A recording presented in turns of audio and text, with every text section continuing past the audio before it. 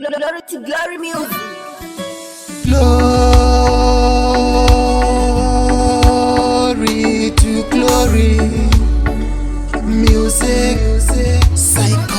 Jova mwari wangu vanoita zvinospark semapirita upenyu wangu vauvaka upenyu wangu semastambo ini wakunaka ona kuvavirira kuita kunge chakalaka upenyu wangu wakunaka kuita semagaka mwari wangu waita zvinonaka ndakapaka wandiita chambiyani kuita kunge bhaka satani namunzvenga kuita kunge kaka wandisimudzira kubva imo mumadhaka wandipawo simba rekunzvenga wandimaka wandirwira kubva kune vaya vane daka ndakufara semwana kutambara karaka ndomtenda nei ini ndomtenda Jehovha mwari wangu ini vanogona nekuda kwake ini ndapona vaya vane kodo vazivonaka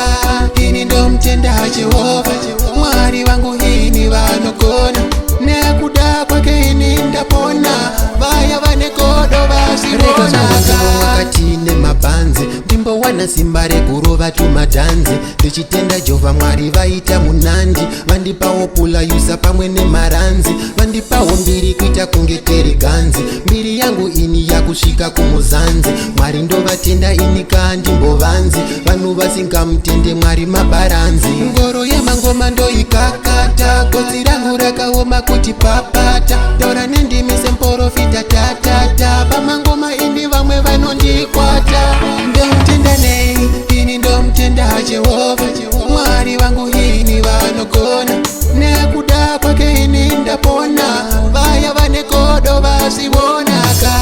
ini ndomtenda Jehovha mwari wangu ini vanogona nekuda kwake ini ndapona vaya vane kodo vazivonaka wakunaka kuita semagaka mwari wangu waita zvinonaka ndakapaka wandiita chambiyani kuita kunge bhaka satani namunzvenga kuita kunge kaka wandisimudzira kubva imo mumadhaka wandipawo simba rekunzvenga wandimaka wandirwira kubva kune vaya vane daka ndakufara semwana kutambara karaka ndomtenda nei ini ndomtenda Jehovha mwari wangu ini vanogona nekuda kwake ini ndapona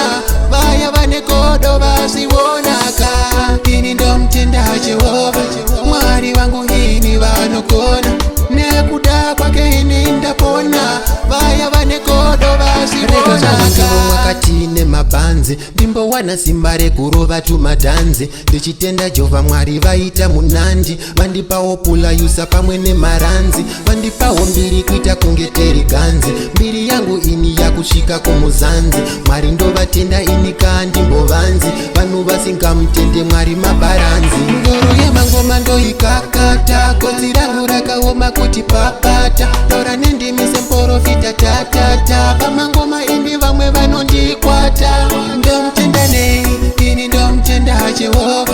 mwari wangu ini vanogona nekuda kwake ini ndapona vaya vane kodo vazivonaka Jehovha ini vanogona ini ndapona vazivonaka